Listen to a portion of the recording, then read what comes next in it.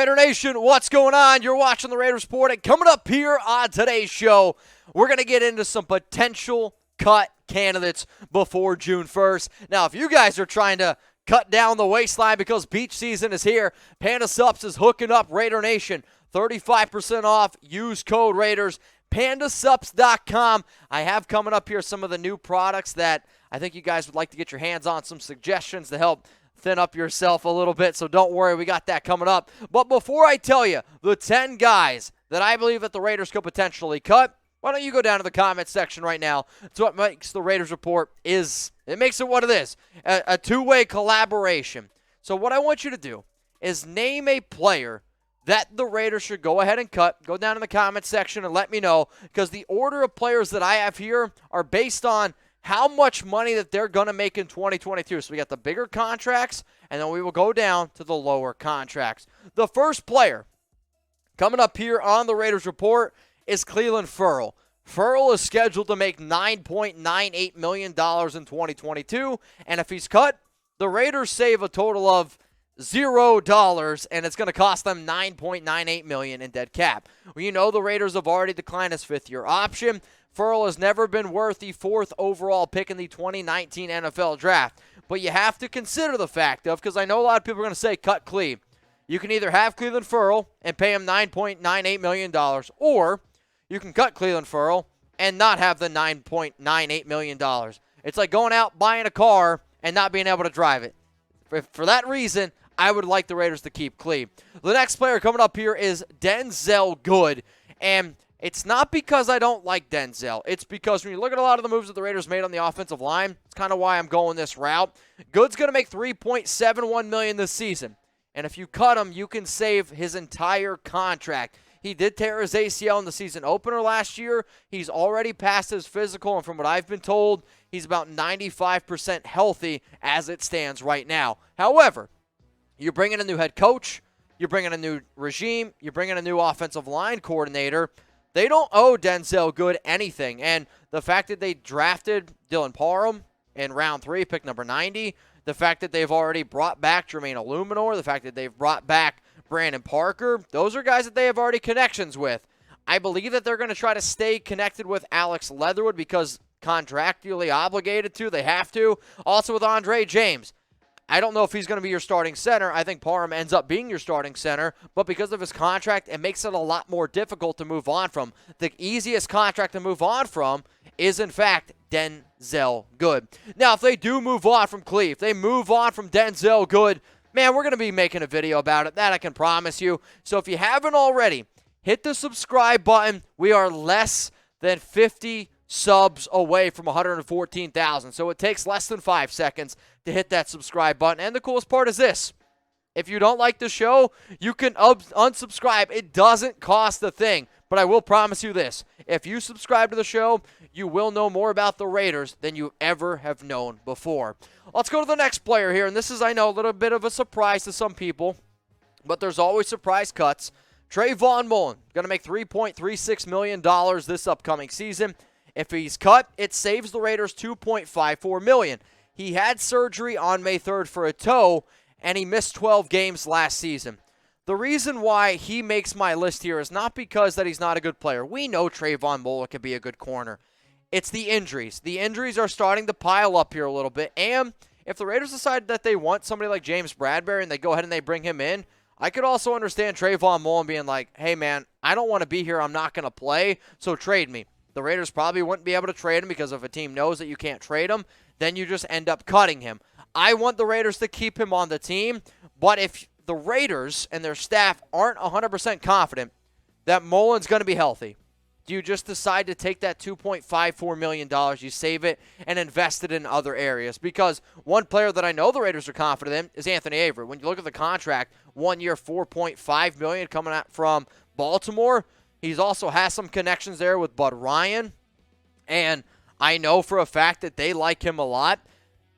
You've even seen some rumors already come out that maybe even Nate Hobbs could be an outside corner. The Raiders like Darius Phillips. He could be somebody you could throw on the inside. All I'm saying is this. I want Mullen on the team, but I would not be 100% surprised if he was ultimately cut. Let's go to the next player here for my Raiders cut candidates. It's Alex Bars. But wait, Mitch, didn't the Raiders sign him this offseason? Yes. Yes, they did. The issue is, when I look at what they did now in free agency, when I look at what they did in the draft, if you're telling me right now, Alex Bars, you could cut him and you could save $1.45 million if I could invest that extra money and it helps me to go out and get somebody who I believe is actually going to see the field, why not go ahead and do it, right? I mean, you have Dylan Parham. You also went out and you drafted Thaler Munford, players that I believe, from a draft capital standpoint, the Raiders have invested more in those two players than they have Alex Bars. Sure, he played in 12 games last season, 1 sack allowed, has some connections with Chicago, which, remember, the Raiders, they also hired, Champ Kelly from Chicago last season, which is why I think Bars ultimately was brought in. But again, you're going to look at this depth chart here, and if I'm sitting here saying, okay, he's our third left guard option, he might even be the 4th overall offensive guard, 5th offensive guard option. If I can save that extra money, not that he's not a good depth player, but I'm going to go ahead and I'm going to try to do it. So a lot of these dudes, that's why I'm bringing up some of the names that you're seeing. So, y'all, it is the off season for some of you, but guess what? It's May, it's June, it's July, and I know a lot of people are out there and they're trying to, get a little bit of a tan and you're insecure about your body, and I totally get it. So here's the thing. If you're trying to make a quick change with your body, if you just want to be a healthier, happier individual, I find that these 3 products that I'm about to show you help you go ahead and do that. So if you want to get your hands on some Recovery BCA, some Fierce pre-workout, or Green's Natural Superfoods, go to pandasupps.com, use code Raiders, where you can save 35% off. The reason why I love the BCA is not only does it help you stay hydrated, it also helps recover your muscles. So right when you get done working out, take a scoop of this. It helps build muscle, easier and leaner muscle. If you struggle, I don't know about you, man, I get done working sometimes, and I'm like, God, I'm tired. You do 1 scoop of the Fierce pre-workout, which is actually cheaper than the new pre-workout that they have. Why? Because it's the older version, but I'm telling you, it hits just as hard. One of my favorite flavors that they have is the popsicle. You know those Rocket Pops? They have that flavor here on Fierce pre-workout. And then I take a scoop of the greens every single morning when I wake up. First thing I do, in fact, take a scoop of the greens. It's going to help your metabolism. It's going to help you think better. It's going to get all that junk that's in your system, and it's going to get it out of you. I promise you the greens are an awesome, awesome product, and you can go ahead and get your hands on it. Pandasupps.com. Those links are available for you in the comments and in the description. I get it. We party, we drink a lot on the show, but I want you guys to be happier and healthier individuals, and I believe by trying those 3 supplements from Panda Supps, you are absolutely going to be happier and healthier, and we're going to be able to party more during the season. Let's go to the next player coming up here, and it's Kyle Peko, the defensive tackle for the Raiders. And another player that the Raiders signed this offseason, I get it. He's going to make $1.04 million, not a lot of money, but if you cut him, you could save $945K. The Raiders added Neil Ferrell Jr. and Matthew Butler in the 2022 NFL Draft, which essentially just pushes Peko down the pecking order a little bit more. And for this Raiders team, they're going to use a lot of rotation at defensive tackle. There's no doubt about it. The reason why I have Peko on here is because when it really comes down to it, the 53-man roster, this is the one guy where I'm like, I just don't see why he makes the team. So if you're in a scenario where you go out and you sign a big-name free agent, because this is kind of the point in the show where if you decide to go out and sign a big-name free agent like a James Bradberry, or you go out and sign a guy like Darrell Williams, or whoever it be, you need to be able to move on from some of these names here. And I would say that even Tagovailoa Amosa has more upside than Peko at this current point. So for that reason, I think it just makes sense to move on from him. Now, before I continue to give more names of my potential cut candidates, and these videos do kind of suck because I get it. You know, these players are busting their ass. They're doing everything that they potentially can, and, you know, it is what it is, and it impacts their livelihood. But I also have to make the content because it impacts my livelihood. Totally off tangent. What I want to know is, what year did you go to your first Raiders game? And the reason why I'm asking this is because one of the memories that I will never forget is the first game I went to back in 2019. Raiders, Broncos, Monday Night Football, Monday night in Oakland. It was unbelievable, and you might not always remember the score. You might not always remember who won. Raiders won. but you will remember those memories that you had in those tailgates. So let me know down in the comments, what year did you go to your very first Raiders game? Next player coming up here on my Raiders cut candidates on the Raiders Report is, and I always get this one wrong, Hroniss Grasu. I believe that's how you pronounce it. And he's going to make $1.04 million in 2022. If you cut him, you save $895K. And the same reasons why I've mentioned before with a lot of these interior offensive linemen, he's a center. He's your third string center. And if you can save some money, you go ahead and do it. He didn't play in 2021. He's bounced around on some different NFL teams here and there. He's an okay player. He was a practice squad guy last season for the Silver and Black. But let's face it, he's the third string center. It's time to move on. The next name coming up here is going to be one that's going to catch a lot of attention, and it's Amik Robertson. And for those of you that watch the show enough, you'll know that I like Amik, and I wish Amik would get an opportunity. However, if you can save some money, it's a new regime. I don't totally disagree with the idea. I will say this, though.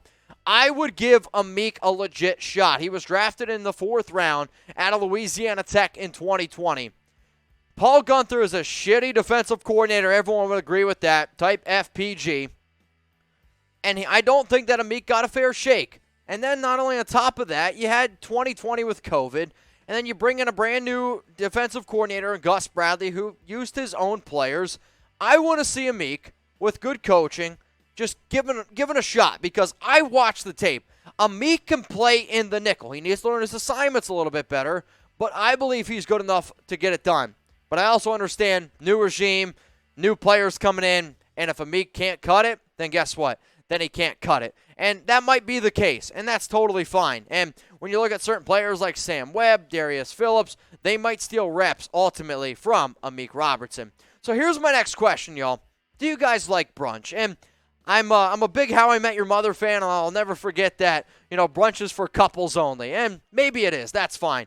But do you like brunch? And I want you to type 4 for believe it, baby. It means yes. If you're like, no, Mitch, I don't like brunch, then go ahead and type 0 for tuck rule, tuck that. If for those of you out there that are good people and know that brunch is an amazing time, then what I want you to do is just put this in the back of your head, and if you live in the Dallas area, come and have brunch with Graphic Raider and I. Maybe it's a mandate. Guess what? I don't give a shit. I am down to have a mandate with my dude to have some badass mimosas and have a great time with Raider Nation. So if anybody lives in the Dallas area, the address is 3090 Olive Street. I have also put this on my Twitter. I've also put it on Instagram as well. Here's the outside location right next to American Airlines. They got giant TVs. We got a table reserved. So if you just want to come, it's 11 a.m.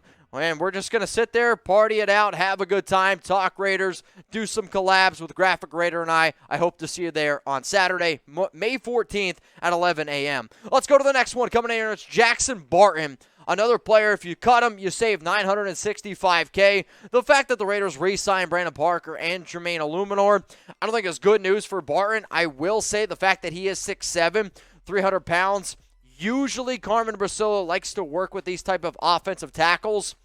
However, I would rather the Raiders pay more attention to Bam, who is the giant offensive tackle from Utah, who was a UDFA. I think he's a better project.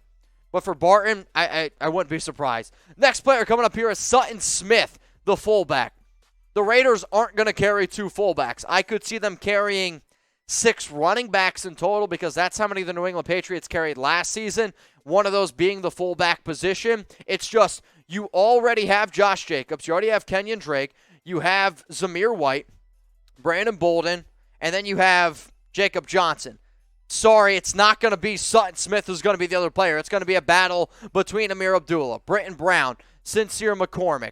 That's going to be the battle there. So I understand that Smith came in and filled a job for Alec Ingold last season, but let's just face it, he's not going to play. And the only stat that he had was 1 tackle. So it's actually funny. Our graphic system thought he was a fullback, or thought he was a linebacker because he had a tackle, and I was like, no.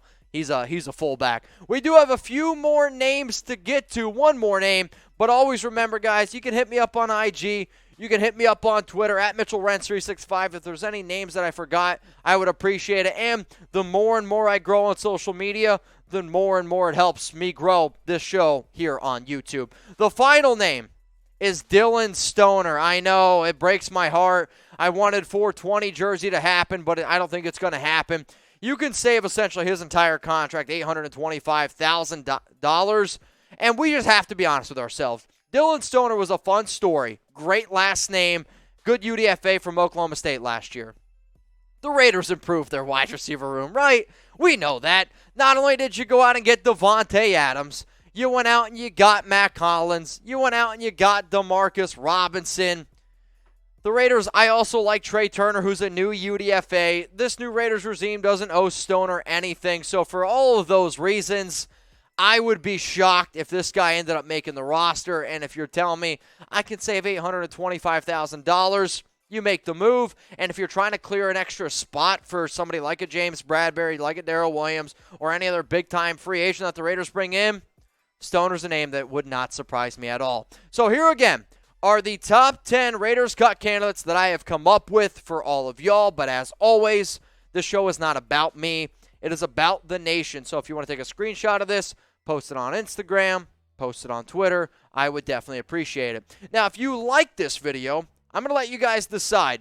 If we get enough yeses, then I'm going to do a post June 1st cuts vid, because there's going to be a lot of cuts that are made after June 1st. So type Y for yes or type N for no. You guys decide. Should I do a post June 1st cuts video?